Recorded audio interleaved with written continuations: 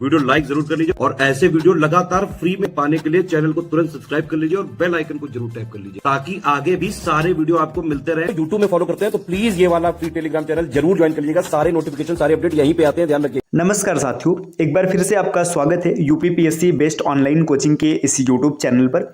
यह study for civil services by Gyan sir द्वारा संचालित एक फ्री इनिशिएटिव है। इस चैनल के माध्यम से आप किसी भी state PCS exam, one day exam की कंप्लीट तैयारी बिल्कुल फ्री कर सकते हैं।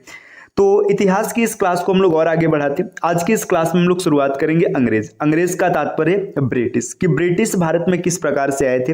अब ब्रिटिश की रणनीति क्या रही थी कि वो जितने भी यूरोपीय कंपनियां आई थी या फिर जो सभी यूरोपीय कंपनियां थी उन सब में सबसे ज्यादा सफल ब्रिटिश हुए थे, है ना। देखो ये सबसे ज्यादा सफल है, मतलब इनकी रणनीति सच में कुछ ना कुछ अलग रही होगी। तो चीजों को हम लोग एकदम जीरो लेवल से शुरू करते। देखिए ब्रिटिश कंपनी जो भारत में आई थी सन 1600 में आई थी। तो थोड़ा सा 1600 के परिदृश्य को समझते कि क्या क्या चीज चल रहा है। देखिए 1600 के परिदृश्य की अगर बात करेंगे तो जो भारत में केंद्रीय सत्ता है, मतलब जो भारत का राजा है या भारत का जो शासक है, तो 1600 में केंद्रीय सत्ता पूरी तरीके से अकबर के हाथ में, मुगल बादशाह अकबर का शासन चल रहा है। वहीं पर अगर व्यापारिक सत्ता की बात करेंगे कि व्यापार पर किसका नियंत्रण है, तो व्यापारिक सत्ता में आपने पीछे देखा था कि जो पुर्तगाली थे उनका व्यापार पर पूरी तरीके से वर्चस्व स्थापित था। आपने ब्लू वाटर पॉलिसी, है ना, कारतस व्यवस्था, फितोरिया व्यवस्था, ये आपने पीछे सुना होगा। तो देखिए 1600 में भारत में क्या स्थिति, केंद्रीय सत्ता अकबर के हाथ में और व्यापारिक सत्ता है किसके हाथ में, ये पुर्तगालियों के हाथ में है। इतनी चीजें स्पष्ट हो चुकी है आपको। अब इसके बाद समझिएगा ब्रिटेन में क्या परिदृश्य चल रहा है। अगर ब्रिटेन की बात करेंगे तो ब्रिटेन में महारानी एलिजाबेथ वहां की शासिका होती है। महारानी एलिजाबेथ प्रथम, है ना, महारानी एलिजाबेथ प्रथम वहां की शासिका होती हैं। तो इतनी चीजें आपको समझ में आ चुकी कि 1600 में क्या हो रहा है। अब देखिए 1600 में क्या होता है कि महारानी एलिजाबेथ एक कंपनी का गठन करती हैं जिसका नाम यहाँ पे दिया है, देखिए, governor and company of merchants of London trading into east Indies, है ना। इस कंपनी का गठन होता है। ये गठन किया जाता है 1599 ईस्वी में और इसको मिलता है 15 वर्षों का एकाधिकार। एकाधिकार का मतलब कि भारत में 15 वर्षों तक सिर्फ आप ही व्यापार करेंगे। आप ही व्यापार करेंगे कहने का मतलब क्या है कि ब्रिटेन से और कोई दूसरी कंपनी व्यापार करने इंडिया नहीं जाएगी। इंडिया या फिर जो भी पूर्वी देश है वहां पर व्यापार करने नहीं जाएगी। तो चलिए अब हम लोग यहाँ पे देखते हैं क्या लिखा है। देखिए ये 2-3 चीज याद रखिएगा कि जब यहाँ पर ये चीजें चल रही है ना। तो देखिए यहाँ पे क्या क्या है। देखिए अंग्रेजों के समय में भारत में अकबर का शासन है जो केंद्रीय सत्ता है और व्यापारिक सत्ता पुर्तगालियों के हाथ में, और ब्रिटिश में महारानी एलिजाबेथ प्रथम। देखिए भारत में अंग्रेजों का आगमन डचों के बाद हुआ। हालांकि ईस्ट इंडिया कंपनी की स्थापना डच ईस्ट इंडिया कंपनी से पहले ही हो चुकी थी। देखिए आप देखेंगे पीछे जो डच ईस्ट इंडिया कंपनी थी वो 1602 से 1603 के आसपास बनी थी, जबकि यहाँ पर आप देख रहे हैं कि ब्रिटिश ईस्ट इंडिया कंपनी की स्थापना कब हो रही है। ब्रिटिश ईस्ट इंडिया कंपनी की स्थापना 1599-1600 में हो रही है। तो यहाँ पे ये जो कंपनी है, कंपनी का गठन पहले किया गया था लेकिन ये आए बाद में थे। फिर आगे है, लंदन में कुछ व्यापारियों ने लॉर्ड मेयर की अध्यक्षता में एक सभा का आयोजन किया। इसमें पूर्वी द्वीप समूह के साथ व्यापार करने की योजना तैयार की गई। इन व्यापारियों ने पूर्व के देशों के साथ व्यापार करने के आशय से 1599 में एक कंपनी का गठन किया। तो देखिए यहाँ पे ये चर्चा किया गया, जबकि आपने देखा था डच कंपनी का गठन किया गया था वेरिगेंदे दे इंग्लिश से, आपने जो वेरिगेंदे ओस्ते इंग्लिश से आपने पीछे देखा था, उसका जो गठन किया गया तो 1602 में किया गया था। तो यहाँ पे आपको कुछ चीज क्लियर हो गया कि लॉर्ड मेयर की अध्यक्षता होती है और व्यापार करने के लिए 1599 में कंपनी बनती है और कंपनी का नाम होता है governor and company of merchants of London trading into east Indies. यहां तक किसी को कोई समस्या नहीं होगी। चलिए अब बढ़ते हैं आगे। देखिए यहां पर फिर आगे क्या दिया है। देखिए इंग्लैंड की महारानी एलिजाबेथ प्रथम ने 31 दिसंबर 1600 ईस्वी में एक आज्ञा पत्र देकर इन्हें 15 वर्षों के लिए पूर्वी देशों के साथ व्यापार करने का एकाधिकार प्रदान किया। मतलब एकाधिकार का मतलब है कि ब्रिटेन की तरफ से और कोई कंपनी पूर्वी देशों के साथ व्यापार करने नहीं जाएगी, मतलब सिर्फ एक ही कंपनी रहेगी जिसमें ये व्यापार करेगी। देखिए फिर आगे क्या है। देखिए कंपनी के प्रबंध के लिए एक समिति की व्यवस्था की गई, मतलब कंपनी की प्रबंधन कैसे चलेगी, एक समिति बनाएगी। इसमें एक निदेशक, एक उपनिदेशक और 24 सदस्य होते थे। जो ये प्रबंधन समिति बनी इसमें देखिए एक निदेशक है, एक उपनिदेशक है और साथ में 24 सदस्य होते थे।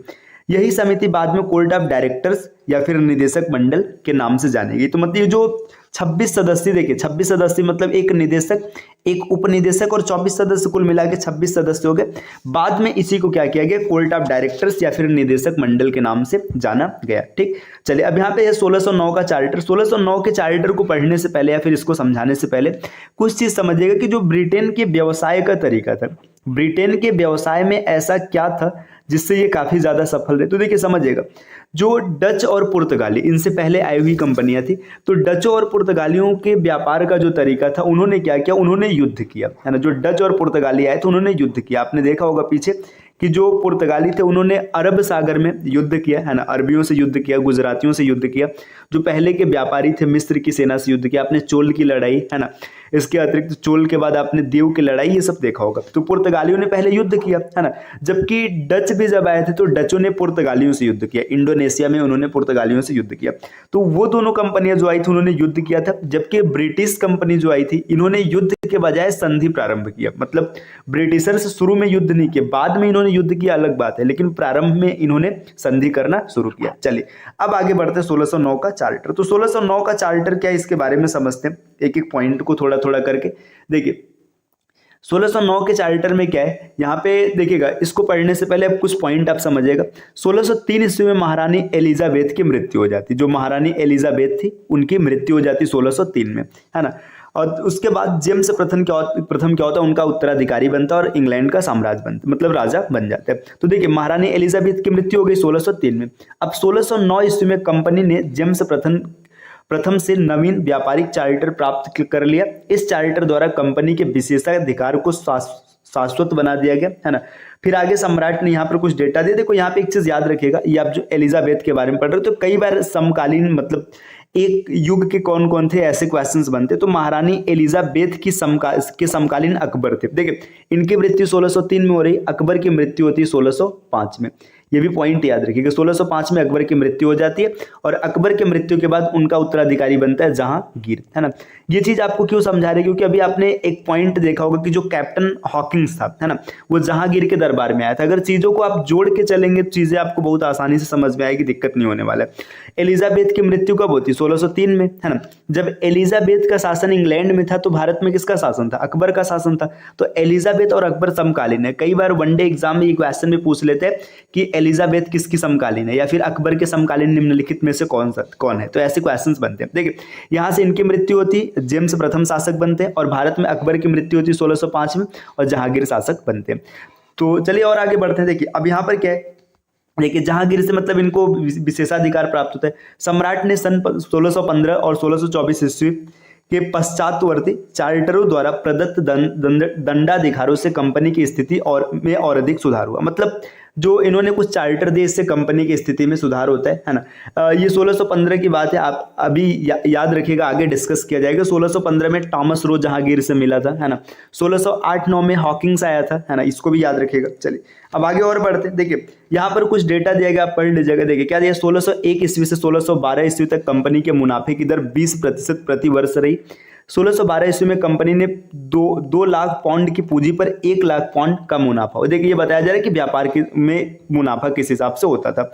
और पूरी 17वीं शताब्दी के दौरान मुनाफे की दर ऊंची रही। 1688 ईस्वी में इंग्लैंड में क्रांति हुई जिसमें जेम्स द्वितीय का तख्ता पलट कर दिया गया, मतलब तख्ता पलट हो गया और विलियम तृतीय और उनकी बीबी मेरी को संयुक्त शासक बनाया गया। इस क्रांति के फलस्वरूप इंग्लैंड में संसद की सर्वोच्चता स्थापित हुई। मतलब देखिए इससे पहले जो चल रहा था वो क्या था कि सम्राट का शासन चल रहा था, लेकिन यहाँ पे संसद की सर्वोच्चता स्थापित हो गई 1688 में। आगे देखते हैं क्या दिया। देखिए 1694 ईस्वी में हाउस ऑफ कॉमन्स के प्रस्ताव के अंतर्गत 1698 में 2 अन्य नई कंपनियां कायम की गई। इनमें से एक जनरल सोसाइटी तथा दूसरी English company trading into east के नाम से जानेगी। देखिए जो जनरल सोसाइटी है और English company trading into east है, बाद में इनको जो पहली कंपनी बनी थी उनके साथ मिक्स करके ब्रिटिश ईस्ट इंडिया कंपनी का निर्माण किया जाएगा। देखिए यहाँ पर दिया भी है। देखिए इन दोनों कंपनियों ने 1702 ईस्वी में पुरानी कंपनी से विलय का प्रस्ताव किया। अंततः 1708 ईस्वी में इन दोनों नई कंपनियों को भी मूल कंपनी में विलय कर दिया गया। जब विलय किया गया तब से इसको ब्रिटिश ईस्ट इंडिया कंपनी के नाम से जाना जाने लगा। देखिए फिर आगे इस प्रकार 1688 में बनी न्यू कंपनी और 1698 में बनी जनरल सोसाइटी तथा 1698 में ही बनी English company trading in the east नामक कंपनियां 1708 में ईस्वी में मूल कंपनी से संयुक्त हो गई और the United company of merchants of London trading into east Indies के नाम से जाना जाने लगा। फिर देखिए यहाँ पर आगे बताया गया। देखिए यह नाम 1833 तक कायम रहा। 1833 के चार्टर के द्वारा इसे ईस्ट इंडिया कंपनी नाम दिया गया। तो देखिए यही चीज यहाँ पे बताया गया कि इन सबको मिक्स करके लास्ट में ईस्ट इंडिया कंपनी का नाम दिया गया। अब हम लोग बात करते हैं कि जो कंपनी की व्यापारिक सफलताएं हैं किस प्रकार से। तो देखिए कंपनी, जो अंग्रेजी कंपनी की प्रारंभिक समुद्री यात्राएं सुमात्रा, जावा, मलक्का के लिए हुई थी। मतलब शुरू में जो अंग्रेज थे वो कहाँ पर गए थे? सुमात्रा पर गए थे, जावा पर गए थे और मलक्का पर गए थे, है ना, जिनका उद्देश्य था मसाले के व्यापार का एक हिस्सा प्राप्त करना। मतलब प्रारंभ में ये सिर्फ मसाले के व्यापार के लिए आते हैं। देखिए 1601 ईस्वी में कंपनी के जहाज इंडोनेशिया के मसाला द्वीप पर पहुंचे, है ना। फिर आगे भारत में व्यापारिक कोठियां कायम करने का पहला प्रयास 1608 ईस्वी में किया गया। देखिए जो पहला प्रयास किया जा रहा है ना, ये वही प्रयास है जब हॉकिंस जहांगीर के दरबार में आता। अच्छा एक चीज यहाँ पे याद रखिएगा, जो हॉकिंस है ना, अब हॉकिंस को ही क्यों भेजा गया, है ना भाई, और भी तो लोग होंगे, तो इसको ही क्यों भेजा गया? तो हॉकिंस को भेजने का कुछ कारण था, क्योंकि ये एक द्विभाषीय था। द्विभाषीय मतलब इसको कई भाषाएं आती थी, है ना, ये तुर्की, फारसी, अंग्रेजी सब जानता था। दूसरा ये मृदु स्वभाव का था, है ना, मृदु स्वभाव का था, मतलब स्वभाव अच्छा था, तो इस वजह से इसको भेजा गया। ठीक, अब एक चीज और याद रखिएगा, जब ये हॉकिंस, देखिए यहाँ पे अभी आपने पीछे देखा कि 1603 ईस्वी में महारानी एलिजाबेथ की मृत्यु हो जाती। मृत्यु के बाद पता है क्या होता है, जो प्रथम शासक बनता है, तो ये भारत के लिए जब भेजता है ना, तो इनको अकबर के नाम का पत्र देता है, क्योंकि ऐसा उस समय तो था नहीं कि मतलब फोन वाला व्यवस्था था कि 1605 में अकबर की मृत्यु हो गई तो तुरंत पता चल जाएगा कि अकबर मर चुके हैं, है ना, ऐसा नहीं था। तो फिर ये जहांगीर जब ये हॉकिंस जब आता है ना, तो ये अकबर के नाम का लेटर लेकर आता है, लेकिन जब दरबार में पहुंचता है तो इसको पता चलता है कि अकबर की मृत्यु हो चुकी है और जहांगीर शासक बन चुके हैं, है ना। तो ये भी क्वेश्चन कई बार पेपर में बना है कि जो हॉकिंस था वो किसके नाम का पत्र लेकर आया था, तो अकबर के नाम का पत्र लेकर आया था। इसे भी आपको याद रखना चाहिए। ठीक, चलिए अब इसके बाद देखिए यहाँ पे मतलब जब आया था तो 3 साल तक भारत में रहा था। ये सब चीजें बात की बात है, आगे हम लोग देखेंगे। देखिए यहाँ पे दिया है कि व्यापारिक कोठी का प्रयास किया गया। देखिए कैप्टन हॉकिंस के नेतृत्व में हेक्टर नामक पहला अंग्रेजी जहाज, अच्छा यहाँ पे ये कैप्टन हॉकिंस हेक्टर नामक जहाज से आया था, इसको भी याद रखिएगा, जो सूरत के बंदरगाह पर आकर रुका था। हॉकिंस पहला अंग्रेज था जिसने समुद्र के रास्ते भारत की भूमि पर कदम रखा। हॉकिंस जो तुर्की भाषा बोल सकता था, अकबर के नाम जेम्स प्रथम का पत्र लेकर मुगल बादशाह जहांगीर के दरबार में पहुंचा। देखिए इसी की चर्चा भी जस्ट पहले किया गया था कि जब आया था तो किसके नाम का पत्र लेकर आया था? अकबर के नाम का। फिर आगे और बढ़ते, देखिए सन 1611 ईस्वी में कैप्टन मिडल्टन ने स्वाली में पुर्तगालियों के जहाजी बेड़े को परास्त किया। मतलब देखिए यहाँ पे 1611 ईस्वी में क्या होता है, मिडल्टन ने पुर्तगालियों से युद्ध किया और उन्हें परास्त कर दिया। पुर्तगालियों को पराजित करने के कारण जहांगीर अंग्रेजों से प्रभावित हुआ और 1613 ईस्वी में उसने अंग्रेजों को सूरत में स्थायी कारखाना स्थापित करने की अनुमति दे दी।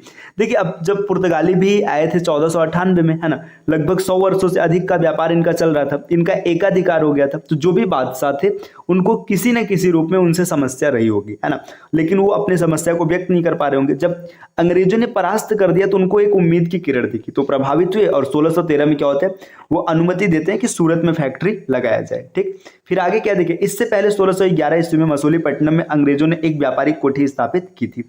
यह गोलकुंडा राज्य का प्रमुख बंदरगाह था। अंग्रेजों ने 1626 ईस्वी में अरमा गांव में दूसरी कोठी खोली। तो ये सब याद रख लीजिएगा। देखिए इसके बाद आगे देखेंगे। देखिए 1632 ईस्वी में क्या होता है कि गोलकुंडा में जो गोलकुंडा के शासक होते हैं वो क्या करते हैं, अंग्रेजों को एक सुनहरा फरमान देते हैं। फरमान क्या देते हैं कि 500 पैगोडा की बात करेंगे तो आपने देखा था कि जो डचों द्वारा बनाए गए सोने के सिक्के थे, है ना, 500 पैगोडा सालाना देने पर गोलकुंडा राज्य के बंदरगाहों का स्वतंत्रता पूर्वक व्यापार करने की आज्ञा मिल गई। मतलब 500 पैगोडा दीजिए और आप गोलकुंडा के जितने बंदरगाह सबका प्रयोग कीजिए, है ना। सन 1639 ईस्वी में फ्रांसिस डे ने चंद्रगिरी के राजा से मद्रास को पट्टे पर प्राप्त किया और वहां किलाबंदी करके कोठी बनाई। तो ये याद रखिएगा, फ्रांसिस डे मद्रास की स्थापना करता है। कई बार ऐसा क्वेश्चन भी बना है पेपर में कि मद्रास की स्थापना किसने किया था, फ्रांसिस डे ने, है ना। पट्टे पर प्राप्त करता है, किलाबंदी करता है और वहां पे सेंट जॉर्ज नाम का किला बनाता है। आगे बढ़ेंगे। देखिए नेक्स्ट यहाँ पर दिया कि 1615 ईस्वी में क्या होता है, सर टॉमस रो जहांगीर के दरबार में आया और अंग्रेजी व्यापार के लिए कुछ सुविधाएं प्राप्त की। तो टॉमस रो जहांगीर से मिला था, इसको भी याद रखिएगा। 1623 ईस्वी तक अंग्रेजों ने सूरत, भड़ौच, अहमदाबाद, आगरा और मसूलीपट्टनम में अपनी फैक्ट्रियां स्थापित कर ली थी। देखिए धीरे धीरे इनके भी कदम बढ़ रहे हैं, ना। 1630 ईस्वी में मैड्रिड की संधि हुई, जिसके अनुसार पूर्वी व्यापारों में अंग्रेजों एवं पुर्तगालियों के बीच एक संघर्ष को अंत करने का निश्चय किया गया। ठीक, और आगे बढ़ते हैं। देखिए यहाँ पे क्या दिया गया कि 1634 ईस्वी में सूरत कोठी के अंग्रेज अध्यक्ष और गोवा के पुर्तगालियों वायसराय ने मिलकर एक समझौते पर हस्ताक्षर किया, जिसके द्वारा भारतीय व्यापार में अंग्रेजों एवं पुर्तगालियों के व्यापारिक सहयोग को सुरक्षा प्राप्त हुई। 1642 ईस्वी में पुर्तगाल के शासक जॉन चतुर्थ ने तथा इंग्लैंड के राजा चार्ल्स प्रथम ने सूरत गोवा समझौते की पुष्टि करते हुए दोनों देशों को भी स्वतंत्र व्यापार स्थापना करने के लिए एक संधि स्थापित किया। ये सब पॉइंट आपको रटना है और कुछ नहीं। देखिए अब यहाँ पे देखिए एक पॉइंट यहाँ पे देखिएगा, ये क्या होता है कि 1661 में, है ना, इंग्लैंड के राजा चार्ल्स द्वितीय का विवाह किससे होता है? पुर्तगाली राजकुमारी कैथरीन के साथ होता है। और जब ये शादी होती है ना, तो 1861 में क्या होता है कि जो अंग्रेज होते हैं उनको बंबई पट्टे पर मिल जाते हैं। मतलब बंबई उस समय पुर्तगालियों के पास होता है ना। अब वो क्या करते हैं कि बंबई को पूरा पट्टे में देते हैं, कि मतलब सॉरी पट्टा में बोल रहा हूँ यार, दहेज में। शादी होगा तो दहेज मिलेगा ना, पट्टा में काहे बोल रहा हूँ, है ना। तो यहाँ पे क्या होता है कि जब इनकी शादी होती है तो यहाँ पे ये जो बंबई होता है 1861 में, ये पूरा इनको मिल जाता है, दहेज के रूप में बंबई मिल जाता है। आगे देखिए 1868 में चार्ल्स द्वितीय ने बंबई का द्वीप 10 पाउंड वार्षिक किराया देकर ईस्ट इंडिया कंपनी को दे दिया। अब देखिए जो मतलब राजा को बंबई मिल चुका था, अब राजा क्या करता है, जो 10 पाउंड का किराया लेता है और जो ब्रिटिश ईस्ट इंडिया कंपनी थी इसको दे दिया कि आप इसका इस्तेमाल कीजिए। 1687 ईस्वी में सूरत की जगह बंबई अंग्रेजों का मुख्य व्यापारिक केंद्र बन गया। मतलब इससे क्या होता है, इससे पहले कि सूरत इनका प्रमुख व्यापारिक केंद्र था, लेकिन इसके बाद क्या होता है कि बंबई को ये बना लेते हैं। फिर आगे देखेंगे, देखिए अंग्रेजों ने 1630 ईस्वी के बाद उत्तर पूर्व में अपने प्रभाव में वृद्धि की। 1633 ईस्वी में उड़ीसा में महानदी के मुहाने पर स्थित हरिहरपुर में तथा बालासोर में व्यापारिक कोठियां स्थापित की। 1651 ईस्वी में एक कोठी हुगली के ब्रिजमैन के अधीन खोली गई, ये भी याद रखेगा। इसके बाद पटना, ढाका और कासिम बाजार में कोठियां खोली गई। 1658 ईस्वी में क्या होता है, बंगाल, बिहार, उड़ीसा और कोरोमंडल समुद्र तट के सभी बस्तियां जो फोर्ट सेंट जॉर्ज के अधीन कर दी गई। और 1669 ईस्वी में सर जॉर्ज ऑक्सनडेन के उत्तराधिकारी के रूप में जेराल्ड एंगियार सूरत का प्रेसिडेंट और बंबई का गवर्नर बन गया, है ना। तो बस इतनी सी चीजें आज की क्लास में, इसको याद रखिएगा। इसके बाद अब हम लोग और चीजों को आगे की क्लास में डिस्कस करेंगे। चलिए मिलते हैं आपसे अगले वीडियो में कुछ नए कॉन्सेप्ट के साथ, तब तक के लिए नमस्कार।